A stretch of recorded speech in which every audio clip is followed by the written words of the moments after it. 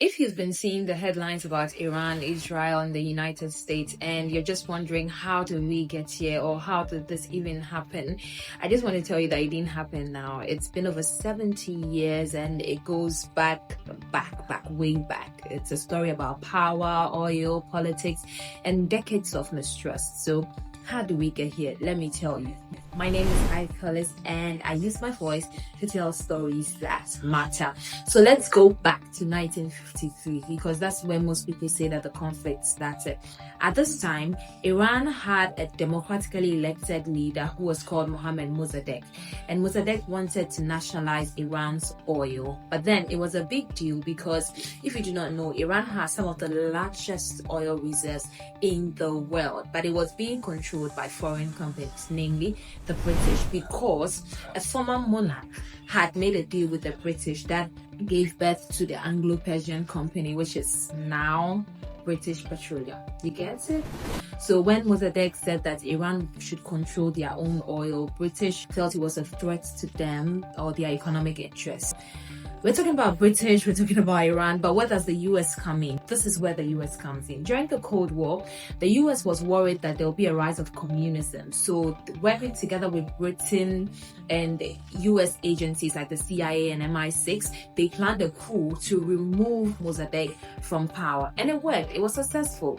Mossadegh was arrested, he was later imprisoned, and the US supported the return of Mohammad Reza Pahlavi, the Shah. And he came and he ruled for 26 years with support from the United States. But over time, many of the Iranians became deeply unhappy with his rule. They were saying that he was living a very luxurious life, while most Iranians were suffering. So eventually, a lot of opposition groups came together, and under a leader known as Ruhollah Khomeini, they changed everything in 1979. So there were mass protests, demonstrations, and it led to the Iranian or the Islamic Revolution. And they overthrew the Shah and replaced the monarchy with the Islamic Republic of Iran.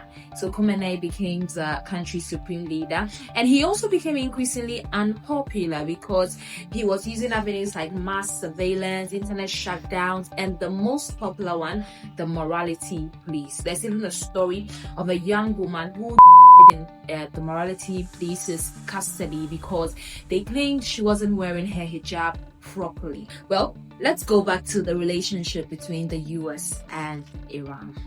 So there were several instances that deepened the crisis between Iran and the US, including about 52 American diplomats being held hostage for 444 days. Because of this, the US put a lot of sanctions on Iran. In the 1980s, there was a war between Iraq and Iran, and then the US supported Iraq.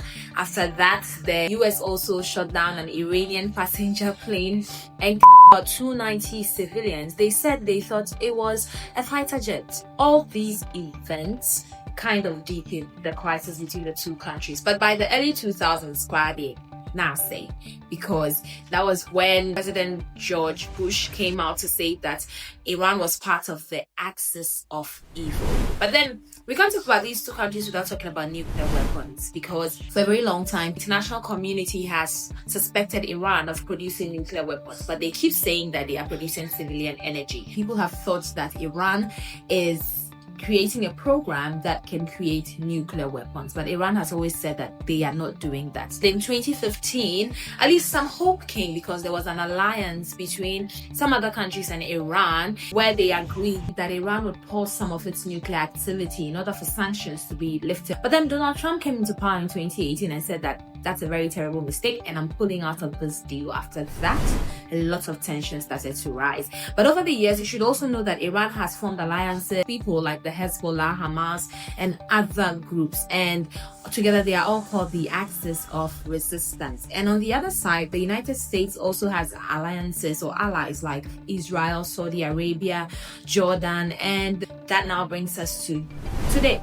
Present day. Recently, US and Israel, that's the alliance, right, together have targeted and the supreme leader of Iran, Ali Khamenei, and that has dramatically escalated the conflict. So Iran also responded with some other strikes in Israel, and it has escalated to other places across the Middle East, for instance in Lebanon, Dubai, and other places. For some Iranians, the the supreme leader came as a almost celebration for them. For others, it's raising a lot of anxiety because Iran state media is reporting that over 1,000 civilians have. This includes an explosion that happened in a school in a place called Manab in Iran, and it more than 160 people, and most of these people children. The concern is that with everything that's going on, could this turn into a larger regional war? And if so, it is the civilians that are going to suffer. So, where are we going?